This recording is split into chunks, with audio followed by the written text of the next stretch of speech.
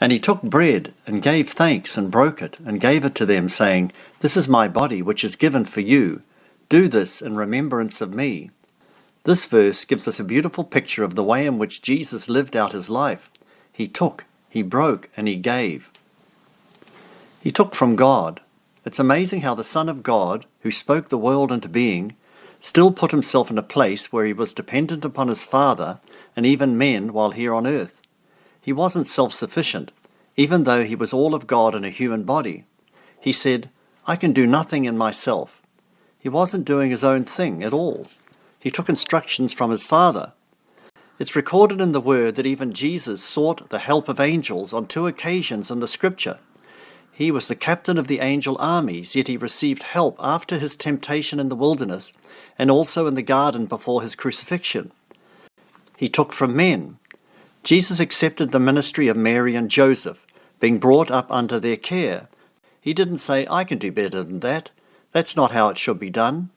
For God to send his Son down here to earth is like us sending our child to darkest Africa to be brought up in a mud hut and live off the land, instead of having the luxuries and education of the Western world.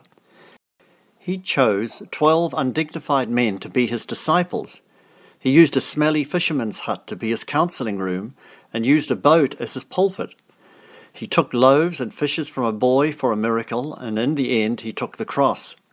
He took the good, the bad, and the ugly, and that he took the miracles, the Mount of Transfiguration, and the glory, and he also took the crown of thorns, the whip, the abuse, and finally the ultimate punishment of the cross at the hands of men. Another great aspect of Jesus' ministry is the breaking of his life. Everything he did cost him. He spent his life in obedience to his Father and to the service of men. He said to his disciples, "This is my body broken for you." Every life that would reach for God and accomplish its goals needs to be broken. Very truly, I tell you, unless a kernel of wheat falls to the ground and dies, it remains only a single seed. But if it dies, it produces many seeds. Breaking produces growth. A butterfly in a cocoon needs to break free on its own without any help, or it dies. A horse is useless unless it is broken. You can always tell people who aren't broken.